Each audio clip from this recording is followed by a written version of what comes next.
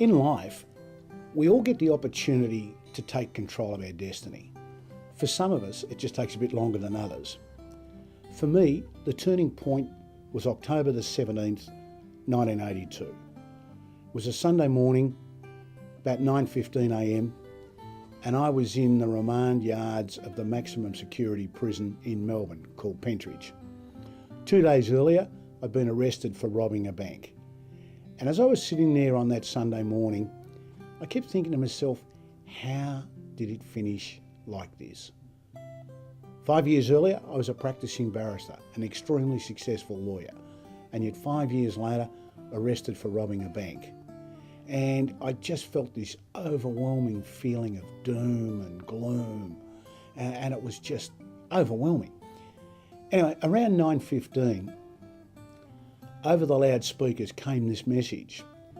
The meeting of Alcoholics Anonymous will be held in the D Division corridors at 9:30. Anyone wanting to attend, please come up to the gate. And I'm sitting there and I needed a defence for the trial.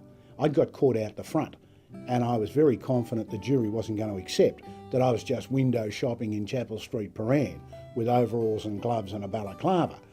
So I thought, well, maybe I could use alcohol as a defence. So up to the gate I go, and I went to my first meeting. I sat there, and the only thing I can remember from that meeting was this guy was speaking, and he said, I used to come home full of alcohol, get a frozen chicken out of the fridge, put it in the washing machine, and I'd wait for it to cook. And a few people laughed, and I smiled, but I understood that insanity. I got that. I can remember coming home and thinking the linen press was the toilet. I can remember sleeping on the front porch. I can remember all these crazy things that used to happen. I can remember the blackouts, waking up in beds I didn't belong in, waking up in cars in paddocks, waking up in cities that I hadn't started out the previous day. I remembered those things. So I understood the insanity he was talking about. The following Sunday morning, there's not a lot to do in prison, so I went to the next meeting. After about 8 or 10 meetings, I started to get this nagging feeling maybe alcohol did have some influence on where I'm at. But I just struggle with this because my mum owned hotels. I'd been brought up in an alcohol environment, in hotels, parties, everything revolved around alcohol. If it was a funeral, everyone got smashed at the wake. If it was a party, everyone. You couldn't have a good time without alcohol. That was my set of beliefs in those days. And yet I was going to these meetings and they were challenging my whole core belief system.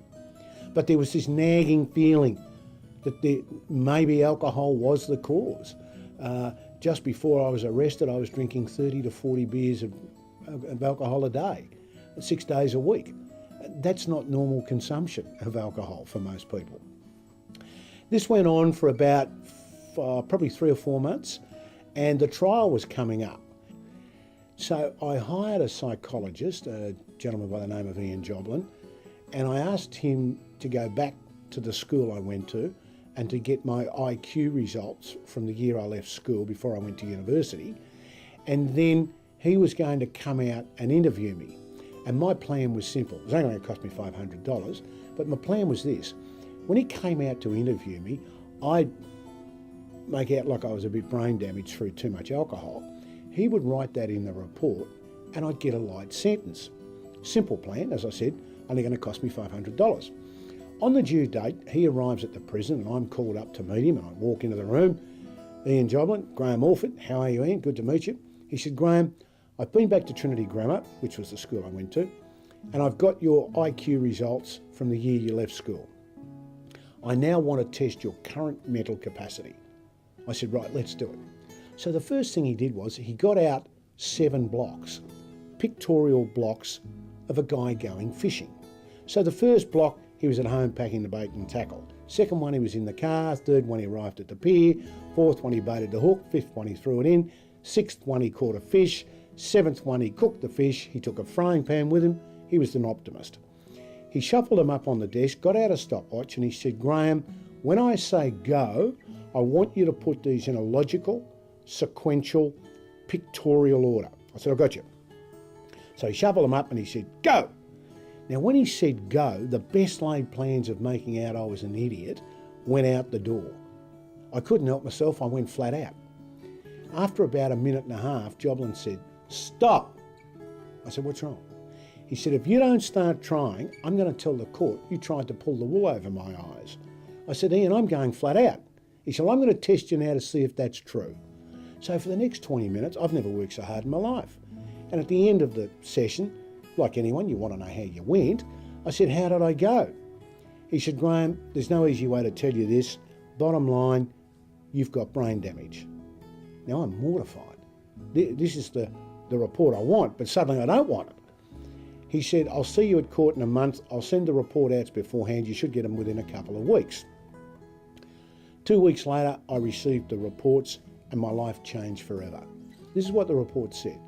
Alford appears as a tragic figure, chronically addicted to alcohol. He's destroyed his family, his life cycle, his friends, his career. In the areas of memory and concentration, he's lost over 40 points from his IQ, dropping from the top 5% of the population to the bottom 2%. But that's not what got me. What got me was the last line. He verges on being institutionalised. I just didn't see myself that way. I saw myself as a good bloke having a bad trot. But the more I read this report, the more I knew it was true. And for the first time in my life, I had a mirror that worked. And I didn't like what I saw, because what I saw was this useless piece of human flesh that had just destroyed everything in its path. And I made the decision that day, no more. I will never go back over that line again. I looked at it like a boxing match. I'd climbed into the ring for 14 rounds with alcohol and got beaten senseless. And I'd go back to my corner and they'd put some smelling salts under my nose and I'd tog up again and out I'd go back into the middle and I'd get bashed senseless again. I said, that's it, I'm throwing in the towel. Alcohol wins. I can't compete.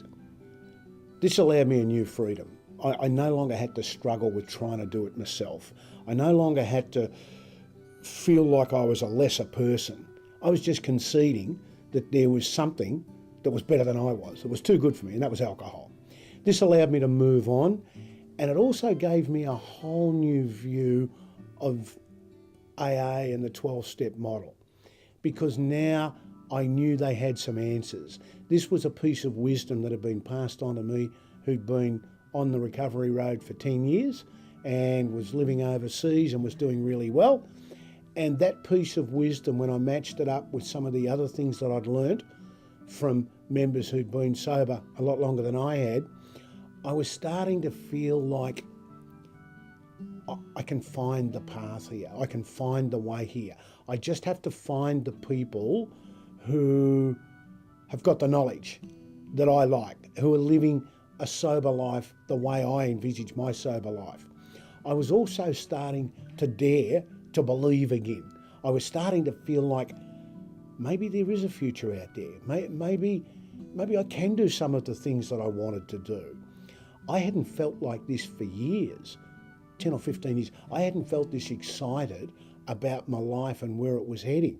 I was starting to bubble. And the cause of this was just going to these meetings. It was just listening to these people, was just listening to what they said, taking their advice. Not everyone's advice, but the people that I thought were genuine and understood where I was and I related to. I got shifted to Bendigo and there I was to meet my sponsor, Antique Harry, and my life did change forever. He walked into the prison this night and he got up at the meeting and he was dressed in a suit and away he went and he said, my name's Antique Harry, I'm an alcoholic, and he told his story. He had his last drink, apart from one bust, with a shovel in one hand and a bottle of metho in the other, trying to dig his father's grave up. And I'm looking at him telling this story, and he's now a very successful businessman. He's got his family back. He's got all his faculties back. He looks glistening and shining and brand new and excited. I wanted it. I wanted it. And I said to myself, if he can come back from where he was, then I can get out of this dirty, stinking, rotten hole I'm in now and get on with my life. Soon after that, I asked Antique to become my sponsor, which he did. And then not long after that, I made one of the all-time great decisions. I decided it was all in. As in Texas poker, I was going all in with AA. I was over trying to run the ship myself. I was over trying to be the captain of my ship. I understood quite clearly my life would be a lot simpler, a lot easier if I just did what these older, experienced people had done to get sober themselves. I was just going to follow their path. And I came to the conclusion, I didn't care what Antique told me. If Antique had have told me to jump off a bridge to help my sobriety, I would have jumped off the bridge because I wasn't going to question it anymore. When I ran the ship, I ran aground, on the rocks, smashed to smithereens. I wasn't that smart. I'd come to that conclusion now. In the old days, I had a giant ego. My head was that big, it had its own postcode. I mean, I used to think I was a good lawyer till I got to jail and saw all my clients. So I knew it was time to park my ego in the closet and follow the wisdom and the path of the people who'd been through the forest. They were going to drag me through the forest, so my journey was going to be easy. I didn't have to calculate anything. I just had to, as one famous member here, Jellignite Jack said, I just had to do the drill. I learnt the drill, did the drill.